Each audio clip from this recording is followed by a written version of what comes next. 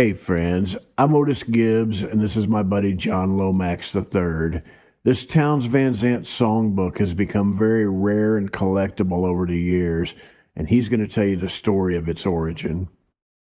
The songbook came out because my brother, Joe, had a publishing company called Wings Press, and it was what you'd call a small press, and he did a lot of poetry.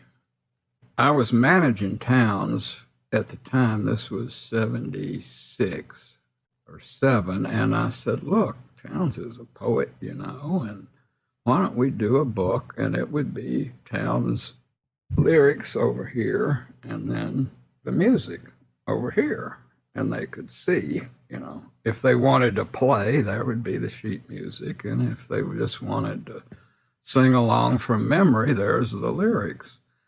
And so Townes thought it was a pretty cool idea. My idea of it was to show the world that he was more than just a songwriter and singer, that he also had his music, his lyrics could stand alone. That was really the idea that I was trying to present.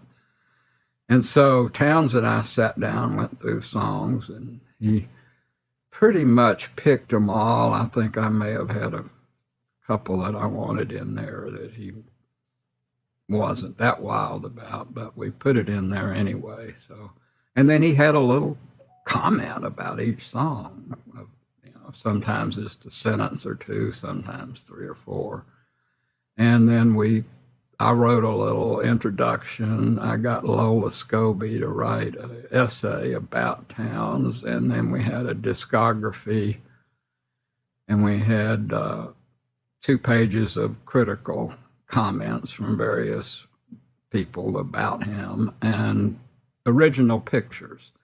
Also, I wanted to have a songbook that wasn't the same old Mel Bay thing with 2 promo shots and then a bunch of songs. I wanted something that really presented the artist. And so we used photographs from half a dozen different photographers that I just thought were really good and wanted to use. And then my brother had a person kind of do some really cool drawings and little frippery kind of things that really added a lot to it. So we brought it out in paperback and hardback. And I've seen now references saying there were 3,000 hardbacks printed and there were 500 signed by Townes, but I just really don't believe that's true. I think he may have wanted to press up that many and may have thought, I'll do another run, but I don't think there was that many. There was a regular run of paperbacks too. But he did get Townes to sign, I don't know how many, but I have one that he signed, and my wife has one where he did a little drawing of a horse and then drew an arrow and said horse. It was a little line drawing, just very, very kind of funny. But, we brought it out, and the idea really was to advance his career. And also, I thought my brother would make a little money on it because it would have a broader audience than obscure poets, regardless of how good they were. Not many people knew, more people knew who Townes was, not even nowhere near as many as know where he is now. But so that was the idea of it. And, I would have rat-holed a whole lot more if I'd have known what it would be selling for today. And it's hard to find a hardback listed anywhere. There's paperbacks out there, but I haven't seen many hardbacks up, much less a signed hardback. That's probably worth $1,500, something like that. How did you guys distribute them back then? He had a distribution thing. My brother, he had a little thing built up because he had this press. He was part of the Small Press Association, and they had bookstores. It mainly went out in bookstores. If Townes had many to sell, I'm not sure if he got a stash to take out on the road or not. But they went pretty fast, and they were gone. And 1988, my brother died, so that was the end of it. Other than I tracked down. Let's see, he passed away, and in his will, he gave the press to another goofy. Well, he wasn't goofy, my brother wasn't, but a goofy woman poet that he knew who had no real interest in doing anything with it. And then it went from her, she died shortly after, and it went from her to a guy named Bryce Milligan in San Antonio who had a little press. And at some point, I tracked Bryce down and bought what was left. He had a few left at the time. He had, I think, sold a bunch to Butch Hancock, who had a bookstore.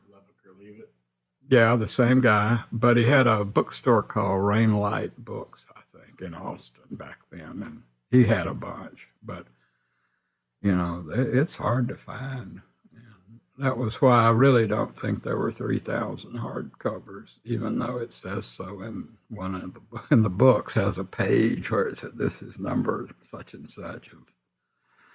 But at any rate, it was, I don't know if my brother ever made any money or not, but it did sell better than anything he brought out before that. So hopefully he did.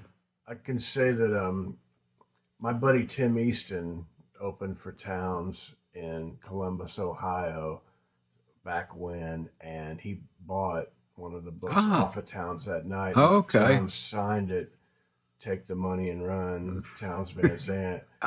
And so he had at least one on the road to sell. Yeah, I'm sure my brother would have given him, you know, a fair amount to take out there and work on.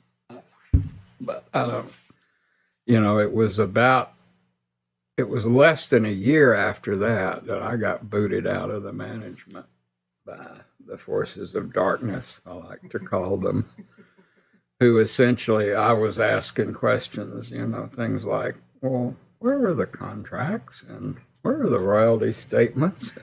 Where are the publishing arrangements and little minor details? And so the guy running Townes label, Tomato Records, by that point, it had been Poppy, and he engineered my ouster, got Townes drunk, and had him sign some papers, and Townes and I had a handshake deal. That was it. So I was gone, bam, out the door. It was 1978, and I swore I'd never manage again. And I didn't for 5 years till Steve Earle came along. I was at the Vancouver Folk Festival back in the day when I was playing with Hot Rise. It was probably 1982 or 3. They put people up in college dormitories. They were quads of, like, each group got a suite of like 3 rooms with a little kitchen area, you know, a living room or something. On our floor there was a Russian balalaika group. We got to be friends with this guy who played the bass balalaika. He didn't speak any English, but he loved coming over to our room and hanging out because we playing music. Anyway, so I'm going up the elevator, maybe the second day we're there, and there's this guy he's got a Harmony Sovereign guitar, you know, looked like a 000 size guitar, no case, beat to hell, you know. I said, that's a nice guitar. He says, yeah, you like that? I said, yeah, it's nice. He says, you want to buy it? And that was Townes Van Zandt. So turned out Townes was on our floor with Mickey White. Was that his accompanist? I think Mickey White. The two of them were in one of the suites. So that night, Townes and Mickey came over and they played music, and Townes told a lot of stories. He told a story about being in El Paso. I think this is a famous story. I didn't even really comprehend all of it at the time, but I've heard the story since, where he had all this money that he'd made on a tour or something, and they went across to Boys Town, they call it, across in Juarez, and lost it all. He said, man, I was flush. And at the end of the story, he was broke. But that was Townes, and I was around him that night and at occasionally other events. I didn't get close to him, but that's another one when we had just moved to Nashville, my ex and my children and I, in 96. And I think it was maybe that year. I don't know what that year he died. It was soon after that. And Guy Clark spoke at his funeral. He said he'd been rehearsing for that gig all his life, you know. Hey, friends. I'm here in Galveston, Texas, and this is my buddy Rex Bell, the legendary Rex Bell. And he's going to show me something. What do you got there, I got Rex? Townes' finger picks. These picks were, I didn't know what JT, his son, was handing me. After we were going to bury Townes, his ashes, he just walked over to me and started to hand me something. I had no idea what it was. It was all of his picks. And just about floored me. And I've never kept anything in my whole life this long, not even wives. So, and I've been playing with them. I use them every day. I use them at all gigs, and I've kept them. Like I say, I've taken good care of them. Wow. I'm going to give two of these to JT when I pass one day, and leave these to of course, my wife's a musician who knew Townes really well. I'll leave two of them for her, and I'm going to make sure JT gets a couple of them back. Can I put those on? Yeah, you can put them on. Can you guys see that? Looks like a monster movie with me holding them. Well, those were the picks that Townes was using when he passed. Beautiful. And I stole his finger picking from him. You know, if you listen to me finger pick, it sounds just like Townes. And because I was so influenced by him. Yeah. Even though we were the same age, he was much older than me in that respect. He was a wise man beyond his years. Blaze and I used to play this club in Houston called Corkys. A little fern bar held about 100 people or something maybe, and we played there a lot. And I played there with a whole bunch of different people, you know. It was our home base, and, you know, like in a month I might play there 4 times, and I'd go there on the nights that I wasn't playing there. You know, my twin reverb lived at Corkys for a couple of years, stored on stage or in the back room. And so Blaze had met Townes, and he told the owner of the club, I can bring Townes in for a Friday and Saturday if you want, you know. And so they agreed to that, and Blaze organized a band. It was like a 6-piece band or something, and they were there. And Townes was supposed to come in early and rehearse, and then he didn't make that. So Friday night, and, you know, the club owner was worried because of Townes' reputation as, you know, blowing gigs sometimes. You know, if he blew a gig from being drunk, he would always make that up and do a really good job. He'd come back, and it was a point of honor for him. He knew when he had blown it. So he showed up, and he was relatively sober, and he showed up about 10 minutes late for the gig, maybe, you know, 10 minutes past start time. But we just got on stage and started playing, and it was going fine, and people were liking it. And we finished the gig that night. Oh, Townes, when he set up, he had a saxophone that he leaned against the bass drum. And he said he had bought it in a pawn shop, and he didn't play it at all. So we finished the gig, and then we stayed there drinking after the gig till, like, you know, 4 or 5 in the morning, which we did every night pretty much. That was the pattern. And then the club owner said, well, we got to go home. And so I went home. Townes went out somewhere. He found people and just continued to drink from the time we left the club. Blaze was with me. He was living in my apartment in Houston. And so Townes found people somehow and drank until the gig the next night, and showed up just gone. But he was doing okay. He was singing the songs, and, you know, he was really, really staggering drunk, but pulling it off. And then suddenly at one point during the night, a switch went off in his brain.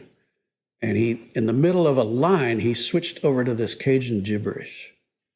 And I mean, that's what it sounded like to me. I don't know what it was. It was like George Jones in the Donald Duck voice or something, you know. And he started singing in this Cajun gibberish. And I think from that point on, it was all Cajun gibberish, every song. And people were getting angry and people were leaving.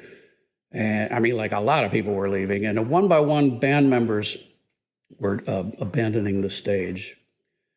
And I was just enjoying the freak show aspect. I can't look away from that kind of stuff. I've been attracted to it all my life.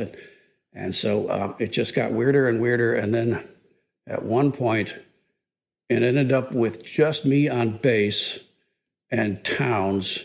And he put the guitar down. He said something to me, let's play You Got to Move, key of E or something. And so I'm just going boom, boom, boom, boom, boom, boom on the low E string. And then Townes starts singing You Got to Move, Mississippi Fred McDowell song, and in a Cajun gibberish. and then he saw the saxophone and he picked it up. And I had heard him mess with it a couple of notes here and there, and it was really instantly obvious to me that Townes could not play the saxophone at all.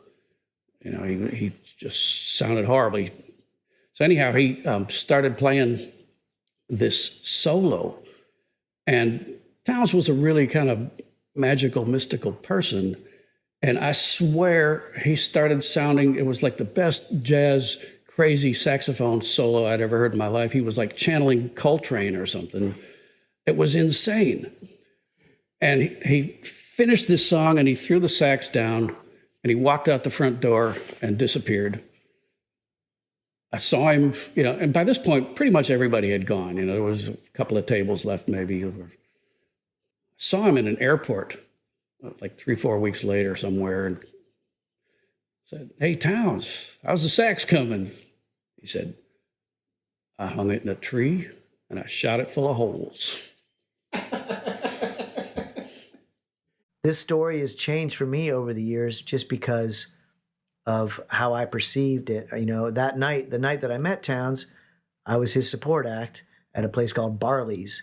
And this is 1 year before he passed. And he had just gotten off the road from Europe.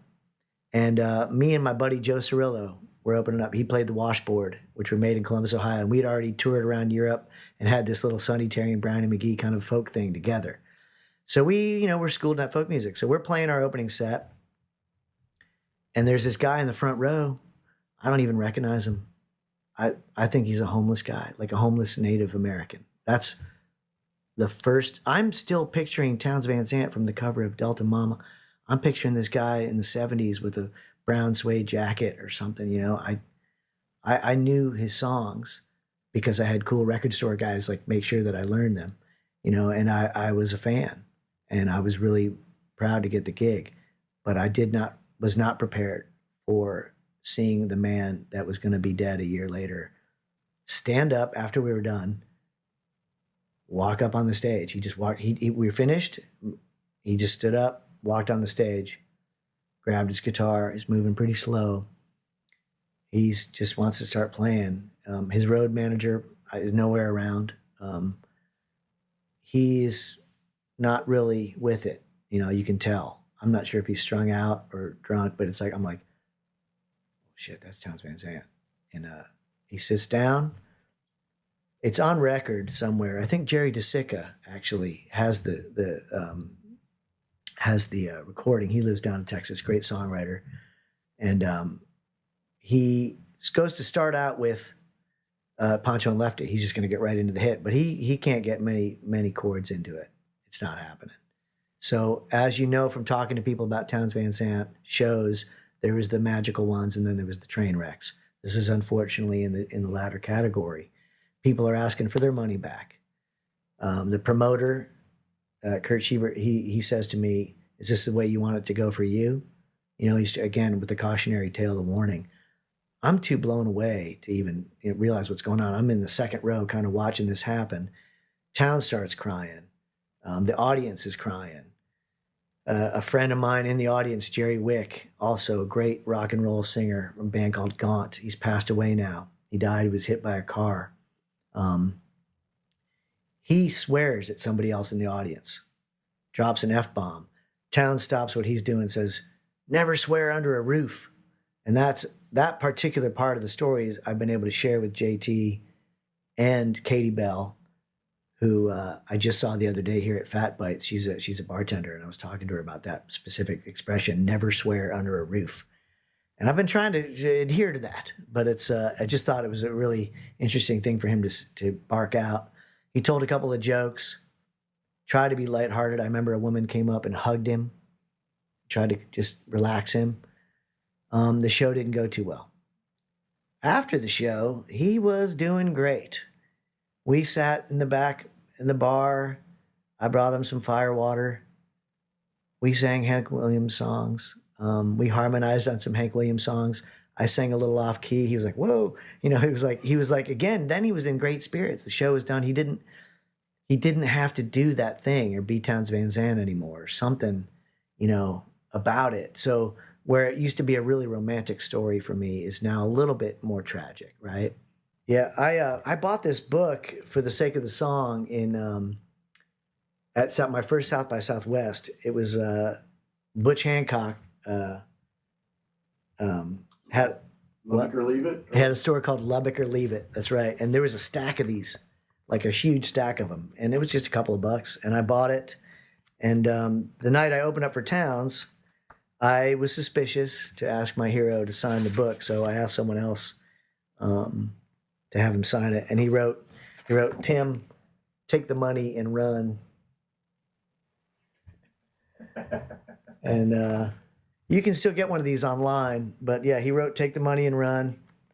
You know, it was just kind of one of the other things he did on stage that night was to talk about my songs and what I was doing, which, you know, for me sitting there, I was wondering what he was getting into, but I think he did understand that I loved folk music, you know, and that, you know, I don't have the story where he's barking out directions for me to sing Wabash Cannonball, you know, but that was the kind of vibe I was getting from that night. He's like, "Oh yeah, you listen to the heroes of your heroes and learn something." So I wrote a letter, asked to be his tour manager. I was like, I'm going to take care of this guy, you know, like thinking I could do anything about it, whatever.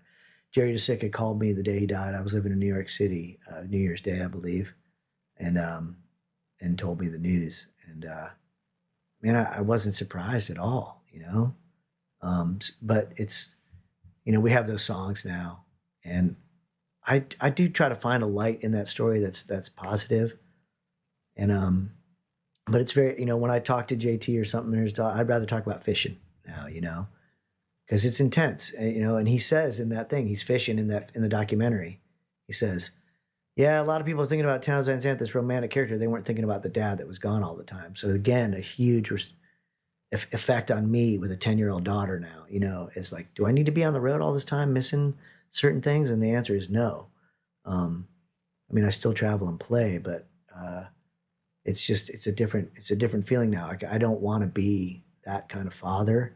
And I'm not saying that he was a bad dad, but I just don't want to be that kind of guy where my kids dissing me in a documentary. And you know, I mean, I just love him and I love his family, and I just kind of wish them, you know, peace of mind today.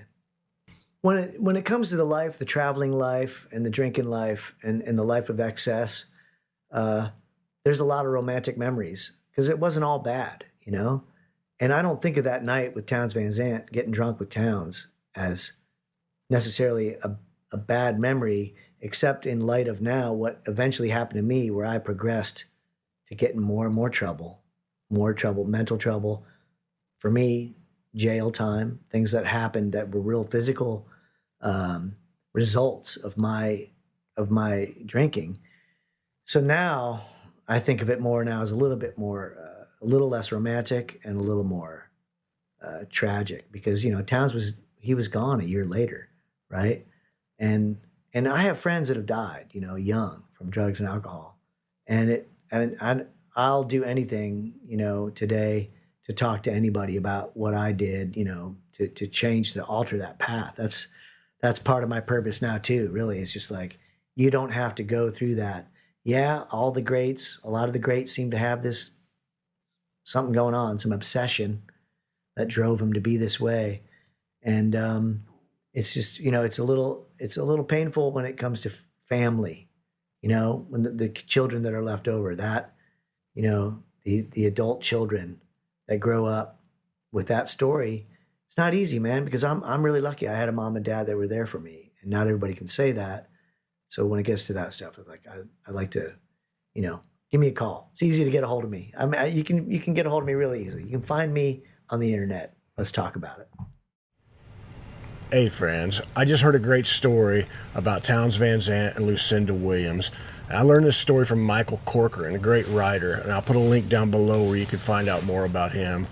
But Larry Monroe, the legendary DJ from KUT in Austin, was given a t-shirt by Lucinda Williams, and he decided to go to the Hole in the Wall bar there in Austin.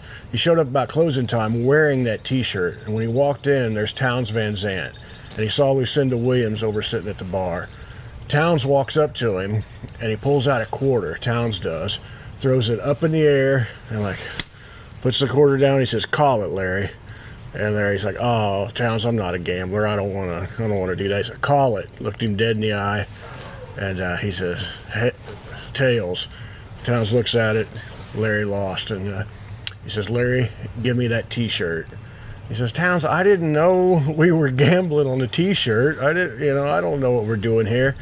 And he just looked him dead in the eye, and he says, "Larry, give me that t-shirt." And Larry's like, "Hell with it." So he took off the t-shirt, and he could see Lucinda sitting over at the bar, kind of wondering what the hell's going on, probably disappointed. And he takes off the t-shirt in the middle of the bar, hands it to Townes. And Larry grabs that same coin, throws it up in the air, and says, "All right, Townes, now you call it." And Townes called it wrong. And Larry says, "All right, give me my shirt back." And Townes says, "No, you won my shirt. I'll give you my shirt, but I get to keep your shirt." So Townes takes off his shirt, hands it to Larry. Townes puts on the Lucinda Williams t-shirt, and Larry puts on Townes' shirt and leaves the bar, and kept that shirt for the rest of his life. And he said that he wore that shirt to Townes' funeral, and he told this story, and he was pretty much the only comic relief at Townes' funeral. That was in Uncle Seymour's house on 13th, West 13th Street. But that was where that's where the hippies hung out. I mean, Clarksville now is probably one of the richest neighborhoods in Austin. But back then it was all black. It was a freedman's town. And it was started by a slave who bought 2 acres, former slave. He was freed. He bought 2 acres on 10th Street and started selling plots to other freed slaves.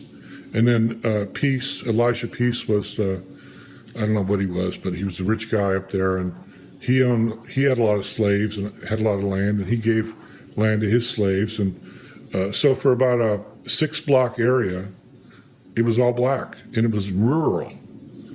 In 1928, Austin had a city plan where they wanted all the blacks to be in one area, so that they would only have to have 1 swimming pool, not 2, not 1 for the blacks, 1 for the whites, etc. They wanted all the blacks in one area, and so if you didn't go there, you didn't get services.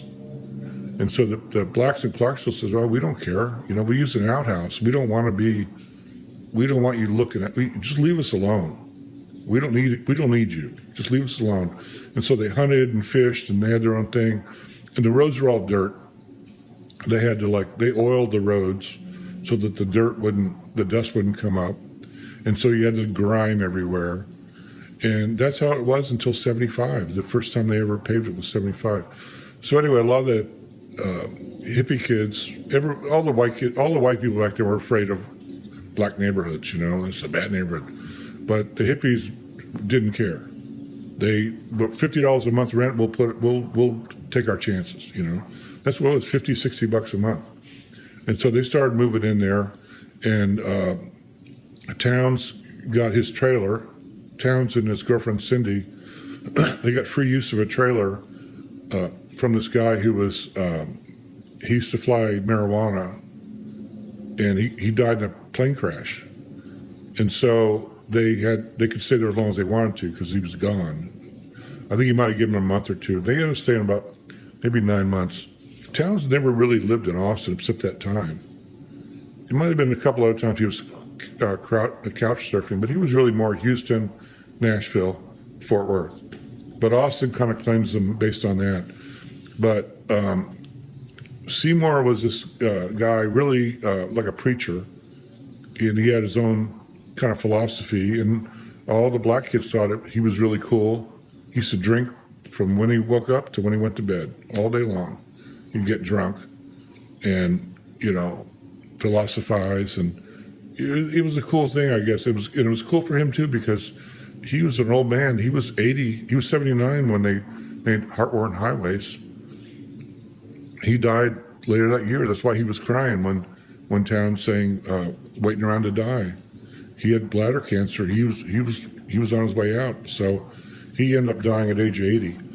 And that was a cool period, I think, of Austin that the filmmaker was really fortunate to get, the guy who made Heartworn Highways. But at the time, though, they were all junkies. They were all on heroin. And a woman that I talked to, she's still alive, and she was part of that crew, and she says, yeah, they had like decoys. They would do decoys so that the film crew wouldn't be around them when they were going to shoot up. They'd say, hey, come over here, look at this chicken. And then they'd go over there and chase a chicken while they're over there shooting up. But it was just, it was a crazy time. I think was it 75? And then, then Clarksville got gentrified. There's still pockets where there's still black people from the old days that still live there. Very few. Well, the only thing is Sweet Home Baptist Church, where Seymour sang in the choir. It was right behind his house. That's still there. It's a black church, in this white neighborhood. Yeah, he's buried in Evergreen Cemetery. I did a little column on it on my Substack, and I have the address and the location of the grave on there. But he was pretty well known in Austin in the 50s and 60s as the walking blacksmith. He would go from Buda to Blanco, and he would basically hitchhike to go shoe horses. He didn't have a car, and so he was well known that way. And there's a writer in town named Billy Lee Bramer who wrote The Gay Place, which is the book about Austin that people say you got to read this book. I think it's when LBJ was a senator. It's around those eras. It's Schultz's Garden, that sort of thing. But while he was at the Austin American Statesman, he wrote a big feature about Uncle Seymour, and I got a lot of my article from that. It was a really nice piece. Townes, I never actually met him in person. I talked to him on the phone once. I had to review a show of his in Dallas at Port David's Pub, and it was one of the good ones. He had JT with him, I think, to sort of make sure he was on his best behavior, his son. And so I knew a lot of the songs. I'm reviewing the show. I knew a lot of the songs, but I got the road manager, Harold Eggers. I said, he was leaving. I said, hey, give me your number. I'm going to call you tomorrow morning and just get the set list, just to make sure I got all the right titles and everything like that. So I call him the next morning, and Townes picks up. And he goes over the songs. Just tell me the songs you wrote like that. And I said, I was really surprised you did that Bruce Springsteen song. You did a car song, and it was Racing in the Streets. And he goes, that's not a car song. You need to go back and listen to it again. And then I listened to it again, and that's Townes' story. That song is about just destroying everything in your path to get what you want artistically. Just like forget your loved ones, forget your this and that. You're on a mission. And so that was really the only time I talked to him, but I did see him once. I saw a perfect Townes set in New York City at Tramps. It was during a new music seminar, and it was also the day I got my first credit card, or used it. I got an American Express card, and it's like I'm just keep them coming, more beer. It was like $95, and I'm like broke. I didn't realize that beers cost like $8 in New York at the time, but it was totally worth it. It's just like, but that showed me when I would go to Port David's, I would bring $20 with me, and they had $4.50 for Heineken, I think. So I took $20 with me, so that's like 3 beers with tips. And I ended up writing three $20 checks because I ran out of 20. He was just a guy that you just wanted to drink when he played, and I'm kind of revisiting. My son's a big Townes Van Zandt fan, and Blaze Foley. Those are his two favorite guys, So I'm kind of revisiting them because Blaze, I didn't really give Blaze any attention when he was in town. He was a scary guy that you walked across to avoid, But then you listen to his music, and Townes really loved him too. So he must have been pretty good if Townes liked him. Though other people like Guy Clark hated him. Other of Townes' friends didn't like Blaze because they thought Blaze was a bad influence. But it's really the other way around. I mean, Blaze didn't. He started drinking whiskey when he met Townes. I first met Townes on Love Circle in Nashville, Tennessee.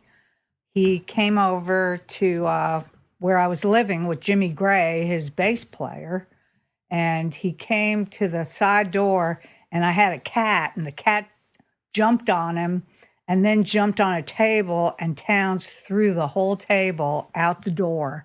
And that was how I first met him. And I was like, man. I moved to Nashville in 1976. So it was maybe around 78. I got to see him rehearse, and I learned how to drink during the day because of him.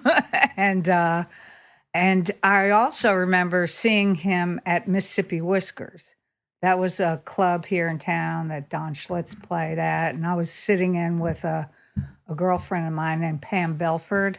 And he was sitting at the end of a bar. It was real narrow. And he was sitting there, and he asked me, he said, what is Smokey the Bear's middle name? And I was like, I don't know. And he said, the. And I remember that was my first Townes joke.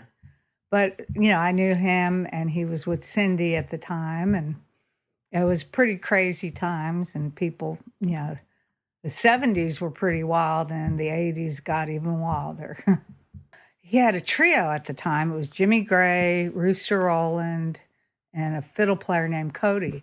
And actually, Cody pawned his Music Man amplifier, and Townes put it in the pawn shop, and I got the pawn ticket from Townes and got the amp out and used it. So there was a connection, and I got to hear him play. But I also was a fly on the wall. I had my own bands, and we had an all-girl band. I played with different people, so I kind of, I got to play with him a little bit, but it wasn't like I would ever wanted to be in his band. It was a rough, gambling, drinking band. Harold Eggers was kind of their road manager, and so I had these suede leather pants, and Townes asked if he could borrow them for a gig. And he's really tall, and I'm really short, so they were really high water on him. But he wore the pants at some gigs, and then he fell in the mud. So when they came back from the tour and gave me the pants, they were all covered with mud. But and he also taught me how to play Indian poker, where you put the cards on your forehead and guess. So, I got to see a lot of kind of after the gig drinking and gambling. And there was music, and there was a guy named Irving Kane who played a trombone, and Townes was kind of messing around with a fiddle. So we would have some weird, different kind of jams. Townes practiced with the guys, but if we jammed, he liked to have a different instrument he didn't know how to play. So he could just kind of get silly and mess around. He was fun to be around in the early days, but then later in life, he was just kind of really sad. And I also heard that he didn't really, I don't know how to say this, but he didn't really kind of welcome women so much in his music. He was like a man's man. And so a long time ago, he was doing an outdoor festival, and I did get to sit in on Old Shep. That was the first time, to play a little mandolin or banjo, I forgot. But, the fact that I had dated guys who were in his band, I got to be one of the guys, which kind of got me a little more in that scene. Yeah, a lot of women liked him, and I've heard stories that in Texas, women, they wanted to be there with him when he died. You know, I mean, he kind of had a big cult following, and you know, but like I said, I was more of I drank and did drugs back in the day, so I would play cards with him. I'd gamble. I would, you know, I would do the non-musical things that kind of came after the gig. He once bet a cut of the cards on his gold tooth. And I remember with Mike Ewald, this friend of ours who's now passed away, but he was like a wild kind of Indian guy who would steal the tip jar. It was but Townes lost the cut of the cards, and they went out in the woods and I think pulled the wrong tooth is the way I hear the story. So he was good on his bets, and he had a fringe suede jacket that I think he had gambled that for cut of the cards. So he would be good on his bets, but he lost, stuff. I don't really know what he won, but he was good on his losing. And I did play with Sergio. I played later in the 90s. I played with Richard Dobson, and Sergio was in the band. And we had played in Europe, and we did some shows, with Townes. And I heard that Townes would have to have doctors waiting when he got off the plane because he drank so many of the little liquor bottles. And we were on a plane ride with George Strait's band, and he wouldn't let them drink. So the stewardess gave us all the little liquor bottles. Sergio might remember this, and they said, well, while you're in Europe, it's expensive, and you can have all these little bottles. And we put them all on the bed and took a picture. That was before digital cameras, but it was like we were like, man, we just got all these little airplane bottles of vodka. Yay! Yeah. He would play at the old Springwater, and he played at Douglas Corner. I was there for one of his last shows, as I hear it, or maybe next to last show or last show I know of. But when he played at Springwater, he would, and that was back in the days, the roof would be leaking. Like you had to have a gig when it wasn't raining out. But people like Old Crow Medicine Show and Guy Clark, and there was a circuit at the Springwater back, that's one of the oldest bars. But I remember, even back then, Townes would, he'd kind of forget the words to his old song. He'd go like, Pancho was a bandit. And then you could hear his wife going, Lefty, Lefty.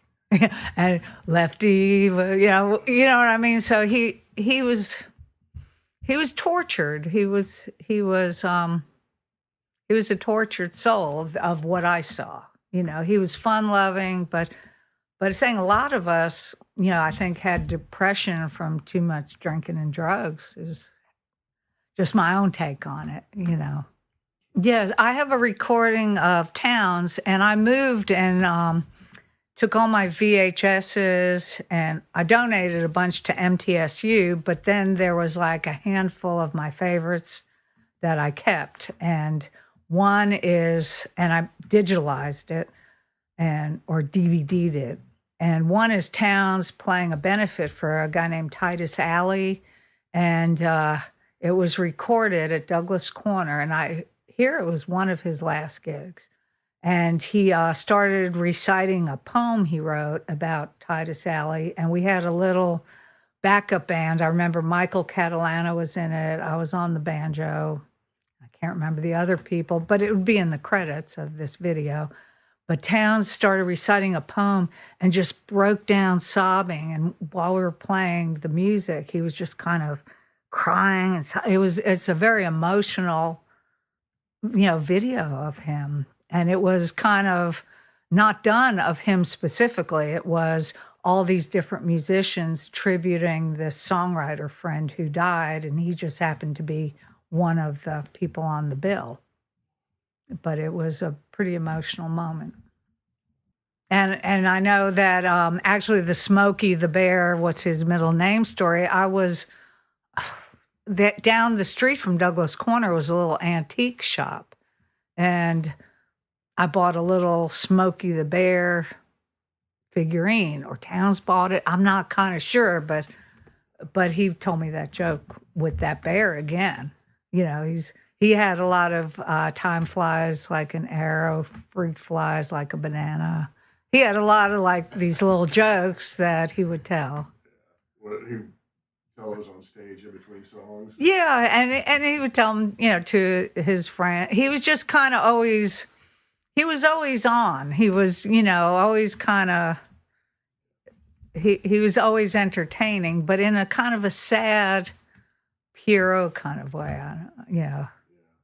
He would come over to where I live because when I lived with Richard Dobson, I had a place in Belle Meade that I rented or owned and then owned, but Townes would leave his canoe there. And I remember him saying, this canoe, it's not like I'm giving it to you. The canoe belongs to nobody. We all just get to use it, you know. So he would go canoeing with Richard a lot, and, you know, so he'd come over. And where would they canoe? On the Harpeth. You know, Townes played on the road with, you know, these guys. He traveled, and that's why he had a handler. You know, that's why Harold Eggers was his. He needed someone to kind of take care of everybody. And so that's where he was. And then later, Janine, you know, I got to know her through him, and he lived at her place. So on Town, I think it was Town Park Drive, or it had the word Towns in it. So, you know, so I knew him more going places. And the last memories of him, and these were pretty heavy, that was when Pinto Bennett lived in West Nashville in the Nations. And so I remember him at Pinto Bennett's house. And he had a little medicine bag he would carry with him. But he also did a lot of crying then in his last days. We would just be sitting around the table, and he would just start crying. And so those were hard times, you know. Do you remember the last time you saw Townes? The last time was at Pinto Bennett's kitchen table, like saying, where he was just crying, you know. And I was dating a guy at the time who lived like homeless under the bridge. I didn't know that at the time, but it was like he wanted to meet Townes, and it was kind of like introducing the alcoholic to the alcoholic. So it was kind of, like I said, it was weird times. There was just like a lot of sadness, and that was, so I just remember that being the last, and then the gig at Douglas Corner being sort of my next to the last seeing him. But I've known him through such a long period of time. You know, that's why, you know, he was a younger guy. I guess if you go from the 70s to whenever he died, was that 90? 90? So that's a long, you know, if you do the math, that's a long period of time to know someone, you know, and like saying as a friend, but not, you know, again, when he was with women, I had my own boyfriend, so I wasn't like in that, you know, I just got to see him as a band member kind of, or as a, you know, the girlfriend of the guy in the band. Did you go to his funeral? Yes, I did. Yeah, it was like a lot of people who knew him, and I remember seeing Cindy there. You know, she was, I mean, it was kind of, but I just kind of, it was just the passing of an era, and I just kind of stayed quiet. I didn't want to speak, and I wasn't like famous person to speak, but I saw a lot of people I knew there. And where was it? it was, it was a church on Music Row somewhere. I can't remember the name of it, but I remember, you know, everybody being there, and I remember it being kind of like a who's who, you know, and a lot of the people that were there, I kind of knew through the art world, because I did a lot of clay figurines of musicians. Actually, Guy Clark had bought a piece that was on his living room table. And so, you know, he was there. I got to know him sort of through Townes, and Springwater was a bit, you know, like Townes had friends who were famous and not famous, I guess. he just had a bunch of different people. Okay, I think he was a heartfelt writer. I think he did write from his heart, and he did like to have a good time. But like I said, I think there was an underlying sadness. A lot of people who are comedians, I worked with Robin Williams, and I had no idea that he was depressed. And so I think Townes, he brought all this joy to people, but he had a sadness. And I also heard stories that on trips where he'd travel, there would be young people try and keep up with him, like young guys wanted to hang with him and drink with him, and he would leave them in his wake. He would, these people couldn't keep up with him, and so. And like I said, I had a good constitution back then myself, and I think we might have even done hard drugs together back then, but again, I had to quit everything so I could continue to live and tell these stories. There were 3 or 4 variants on that picture, and it's the only picture I've ever seen of Townes with Lightning Hopkins, who was one of his 3 major influences, the other being Hank Williams and Bob Dylan. So that was in 70, probably 70, 71 maybe, and he at the time lived with his first wife a block from my house, which was just out of weirdness. I had met him in Austin in the mid-'60s, and it was strange to come home and there he was around the corner, but he came over, and Lightning was there to see my dad because they were working together. My dad actually managed him for 10 years and booked him and would go and find him and take him on tours and whatnot, or at least get him set up to go to the local shows. But he put him on a lot of Folklore Society shows, Houston Folklore Society, that he founded with some other men in 1951, which is still going. Now, it's now the Houston Folklore and Music Society instead of just the Houston Folk Society, but it's the same general thing. So he and Lightning and his wife came by, and I'm not sure, there's other people in some of the other shots, one of which is my ex-wife, who was my wife then, and another was Daryl Harris, who was a friend of Townes. And I don't really know why all these people converged at that time, but I did realize I better take some pictures. So I shot like 4 pictures or something, and that was it. Lightning went off to do whatever with my dad, and Townes went off, and that was that. And Just a chance encounter. yeah, pretty much. Yeah, but at least I had the sense to grab a camera and save it, because this was 50 years ago.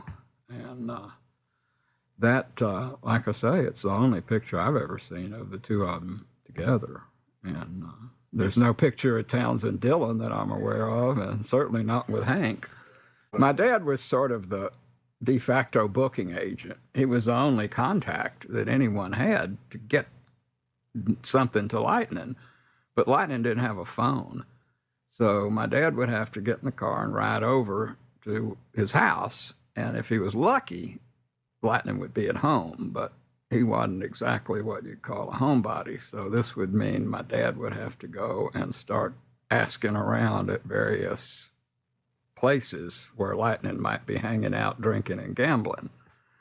And sometimes that would, he'd find him right away. Other times it would take a few hours to track him down, and it would be, oh yeah, he was just here and he went down to Smiley's down the way, And so he'd troop over there. Oh, you just missed him. He went to Fred's in the garage. They're gambling over there. So he would find him and then lay it out for him, what he'd been asked, about the gig and whatnot, and get an answer and go back, call the people. But it's kind of like, I don't know why he didn't just say, look, get a phone, I'll pay for it.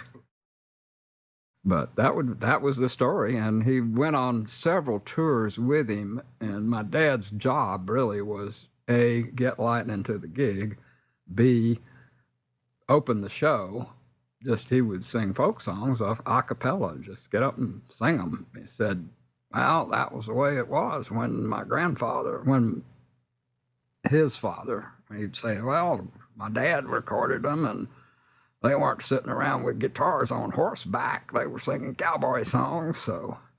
So he, he would get up and sing and then bring on Lightning, introduce Lightning, and then get out of the way. Lightning come up and do the show, and then my dad would collect the money. And most importantly, then make sure that most of it got back to Lightning's wife, because left to his own devices, Lightning would start drinking and gambling and might not get home with anything.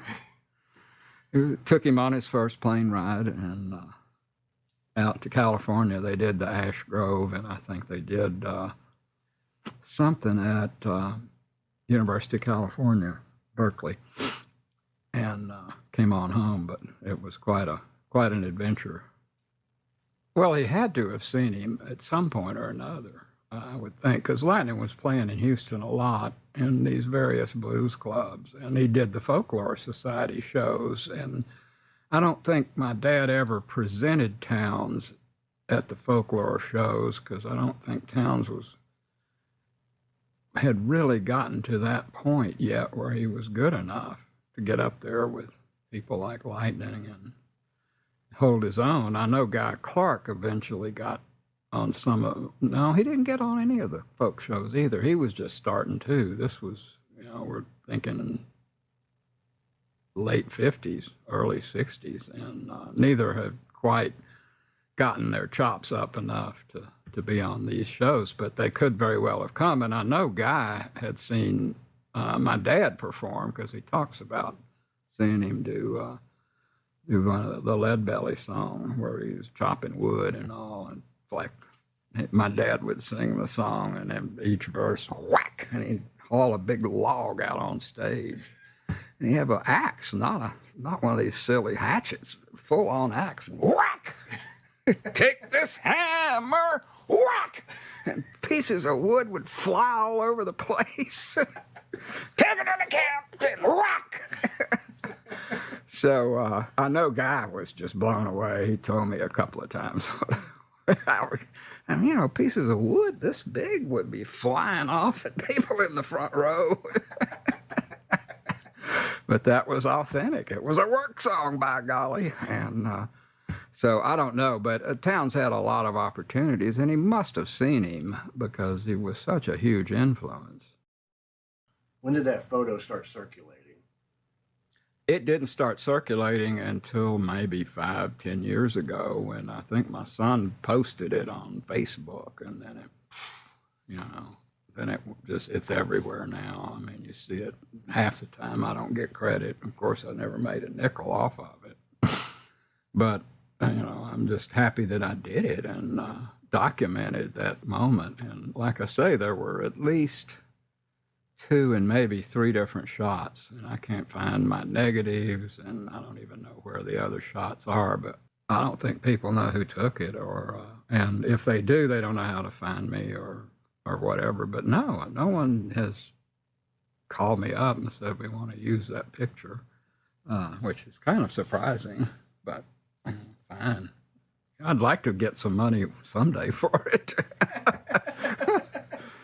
But at least pay for the film and developing.